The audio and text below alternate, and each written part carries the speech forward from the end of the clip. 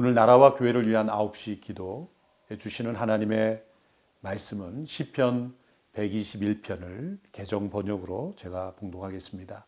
내가 산을 향하여 눈을 들리라. 나의 도움이 어디서 올까? 나의 도움은 천지를 지으신 여호와에게서로다. 여호와께서 너를 실족하지 아니하게 하시며 너를 지키시는 이가 졸지 아니하시리로다. 이스라엘을 지키시는 이는 졸지도 아니하시고 주무시지도 아니하시리로다. 여호와는 너를 지키시는 이시라. 여호와께서 내 오른쪽에서 내 그늘이 되시나니 낮의 해가 너를 상하게 하지 아니하며 밤에 달도 너를 해치지 아니하리로다. 여호와께서 너를 지켜 모든 환난을 면하게 하시며 또 내 영혼을 지키시리로다. 여호와께서 너의 출입을 지금부터 영원까지 지키시리로다.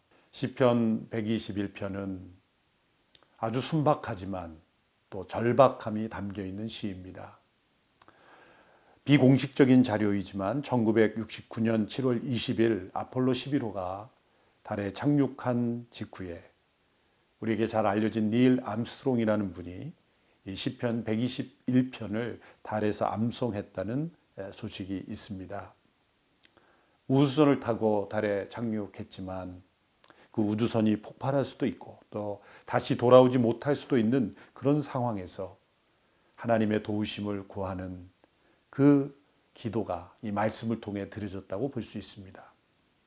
또 선교사님 중에 유명하신 데이빗 리빙스턴이라는 선교사님은 아프리카 오지를 탐험할 때마다 이 시편 121편을 암송하며 하나님께 기도했다는 기록이 있습니다.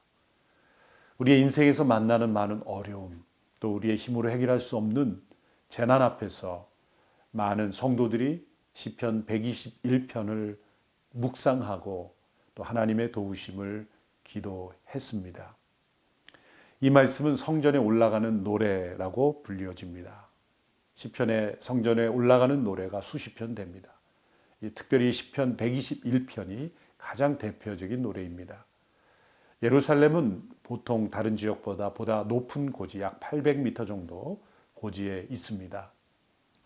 그래서 성전에 올라가는 그 과정에서 애들은 성전을 바라보며 순례의 여정을 걸으며 기도했던 것입니다.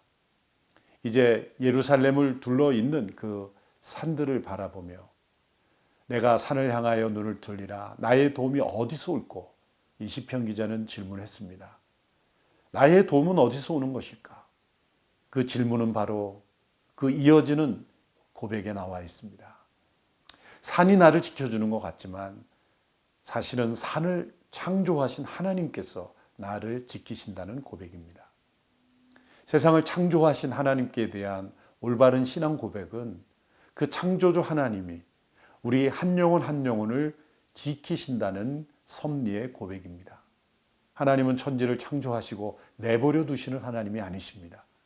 하나님은 모든 만물을 그리고 각 피조물을 그리고 각 영혼을 지키시는 하나님이십니다. 7절의 말씀을 보십시오. 여호와께서 너를 지켜 모든 환난을 면하게 하시며 또 내 영혼을 지키시리로다. 하나님께서 우리의 삶을 지켜주실 때 때로는 우리의 건강에 어려움이 생기기도 하고 또 우리의 안전에 오늘날과 같은 전염병으로 인하여 위험한 요소도 생깁니다. 이럴 때 우리는 나를 지키시고 우리를 지키신다는 하나님은 어디에 계신 것인가 그렇게 질문하기 쉽습니다. 그런데 하나님의 관심은 1차적으로 우리의 영혼에 있다는 것을 기억해야 합니다. 우리의 육신의 위험, 건강의 위협, 또 물리적인 어떤 재난 속에서 하나님께서는 우리의 영혼을 지키시는 이 1차적 목표를 이루어 가십니다. 시편 17편 8절의 말씀을 보면 이런 말씀을 읽습니다. 나를 눈동자같이 지키시고 주의 날개 그늘 아래 감추사. 하나님께서 우리의 눈동자를 우리의 눈이 지키듯이 먼지가 들어오고 바람이 불면 자신도 모르게 눈이 감기는 것처럼 그 한순간까지도 하나님은 우리의 영혼을 눈동자처럼 지키시기 위하여 일하고 계신 하나님이십니다. 그러므로 이 모든 일들이 우연히 일어나는 것이 아니며 이 재난 또한 하나님의 섭리 가운데 있습니다. 우리의 영혼을 지키시는 하나님이십니다. 우리의 영혼을 지키기 위하여 졸지도 아니하고 주무시도 아니하고 낮의 해가 밤의 달이 우리를 해치 못하도록 우리를 도우시는 하나님이십니다. 많은 사람들이 재난의 상황 속에 이렇게 한탄하고 하나님을 원망하고 부인합니다. 만일 사랑의 하나님이 존재하신다면 이런 재난이 있을 수 있는가? 아니, 정반대로 우리는 고백해야 합니다. 하나님이 우리를 돌보고 계시기에 이 과정 가운데도 우리는 호흡하고 살 수 있는 것입니다.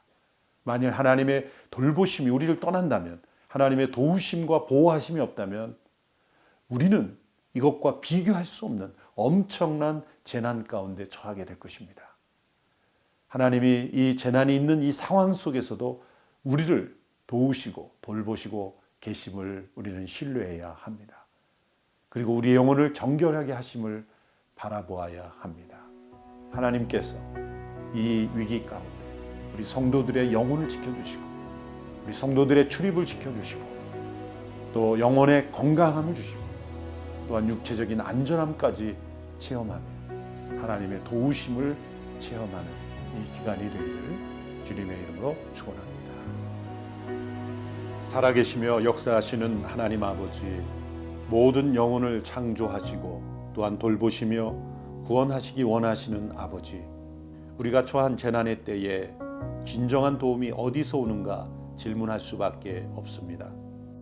인간의 축적된 지식과 과학 문명의 발달을 의지하며 살아온 저희들은 작은 바이러스 하나를 퇴치하는데도 아주 오랜 시간이 걸리며 또한 가능할지조차 모르는 연약한 이들입니다. 스스로 돕는 자가 되기를 원했지만 그 한계를 경험하며 하나님의 얼굴을 구합니다. 하나님의 도움만이 진정 우리의 도움입니다. 하나님의 돌보심만이 진정 우리의 살 길입니다.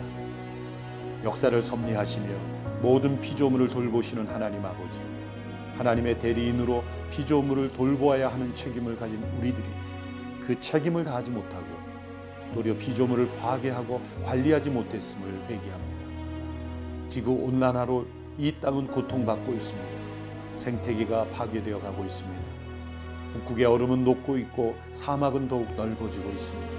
피조물의 신음소리가 들려오지만 타락한 인간들의 귀에는 들리지 않았습니다. 이제 타락한 저희들에게 자연의 역습이 이루어지고 있습니다.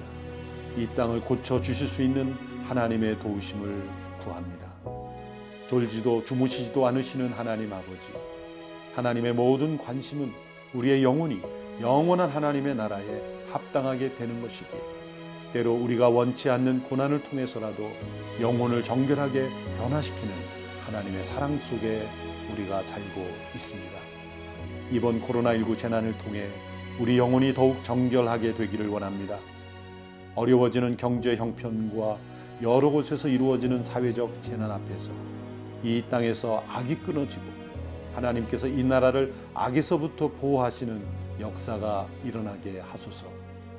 그래서 영적인 질서가 회복되고 도덕이 바로 서게 되어 정결한 나라 되어 다시 경제적 부강함도 이루어지게 하소서. 하나님께서 주신 온 세상의 복음을 전하는 사명을 이루는 나라와 교회 되게 하여 주옵소서. 하나님께서 이 나라의 출입을 지켜주시기를 원하오며 예수님의 이름으로 기도합니다.